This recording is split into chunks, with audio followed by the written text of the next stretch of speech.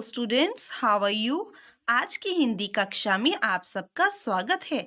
तो सभी बच्चे अपनी अपनी कौशल हिंदी व्याकरण एवं रचना भाग 3 की पुस्तक, एक रफ कॉपी और पेंसिल लेकर ध्यान पूर्वक इस सेशन को अटेंड करें।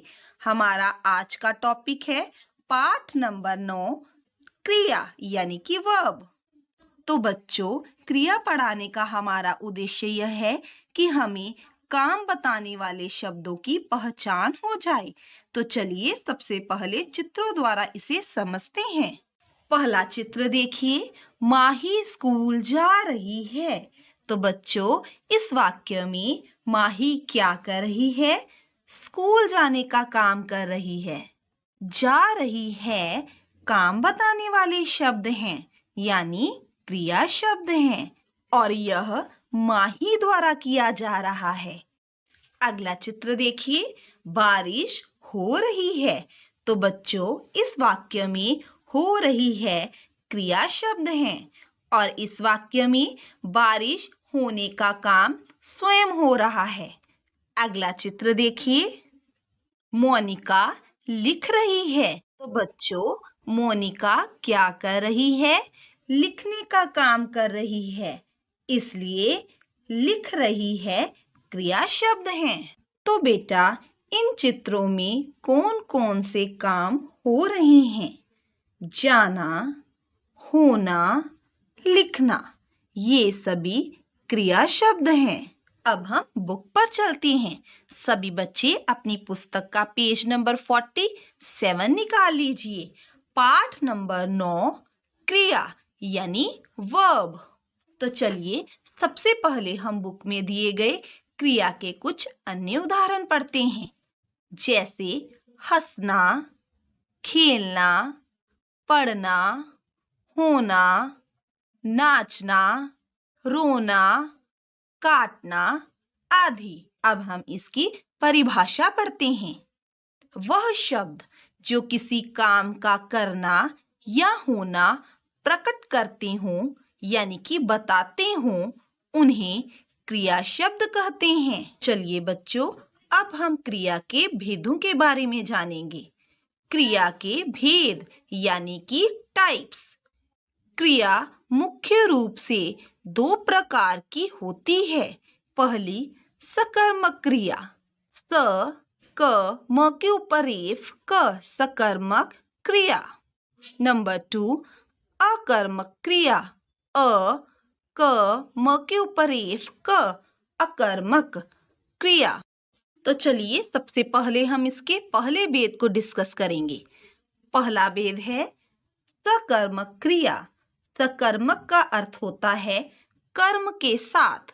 चलिए सबसे पहले हम इसके उदाहरण पढ़ते हैं। किसान हल चलाता है। तो बच्चों, इस वाक्य में काम को करने वाला कौन है? किसान, यानी कि किसान करता है, यानी कि सब्जेक्ट है।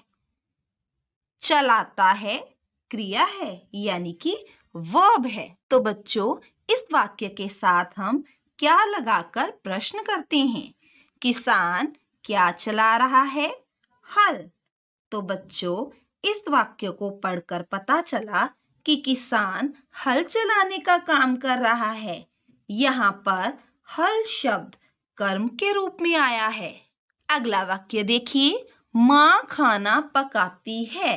तो बच्चों, इस वाक्य में काम किसके द्वारा किया जा रहा है? माँ द्वारा। माँ करता है, यानी सब्जेक्ट है। पकाती है क्रिया है, यानी वर्ब है। माँ क्या पका रही है? खाना। तो बच्चों, इस वाक्य को पढ़कर पता चला कि माँ खाना बनाने का काम कर रही है। यहाँ पर खाना शब्द कर्म के रूप में आया है। तो चलिए अब हम इसकी परिभाषा पढ़ते हैं। जिस क्रिया के साथ कर्म होता है उसे सकर्मक क्रिया कहते हैं। इसका अगला भेद है अकर्मक क्रिया। अकर्मक का अर्थ है बिना कर्म के।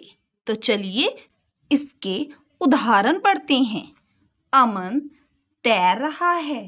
तो बच्चों, इस वाक्य में काम को करने वाला यानी कर्ता कौन है? अमन। तैर रहा है क्रिया शब्द है। तो बच्चों, आप इस वाक्य की क्रिया के साथ क्या लगाकर प्रश्न कीजिए। अमन क्या तैर रहा है? तो आपको कोई भी उत्तर नहीं मिलता। तो इसका मतलब हुआ इस वाक्य में कर्म नहीं लगा हुआ है। इसी तरह अगला वाक्य पढ़ते हैं। रवि भाग रहा है। इस वाक्य में भाग रहा है क्रिया शब्द है। अब हम इस वाक्य की क्रिया के साथ भी क्या लगाकर प्रश्न करते हैं। रवि क्या भाग रहा है? तो हमें इसका भी कोई उत्तर नहीं मिलता है। तो इसका अर्थ है कि इस वाक्य में भी कर्म नहीं दिया गया है। चलिए अब हम इसकी परिभाषा पढ़ते हैं। जिस क्रिया के साथ कर्म नहीं होता या उसे कर्म की आवश्यकता नहीं होती, उसे अकर्मक क्रिया कहते हैं।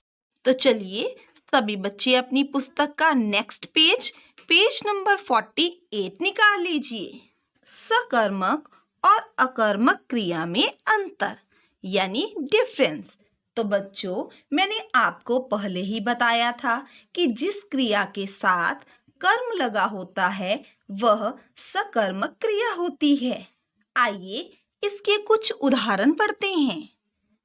जैसे लिखना, पढ़ना, खाना, पीना, काटना, बनाना, सुखाना, भरना आदि। तो चलिए दूसरा है अकर्मक क्रिया, जिसमें क्रिया के साथ कर्म नहीं लगा होता। इसके भी कुछ उदाहरण पढ़ते हैं। जैसे आना, जाना, हंसना, रोना, उड़ना, उठना, बैठना, चलना, भागना, तैरना, सोना आदि। तो बच्चों, आज की कक्षा में हमने क्रिया की परिभाषा और उसके दोनों भेदों के बारे में जाना। तो चलिए अब आपने इन दोनों पेजेस की अच्छी तरह से दोहराई करनी है। अगली कक्षा में हम इसकी बैक एक्सरसाइजेस डिस्कस करेंगे। Till then, good bye.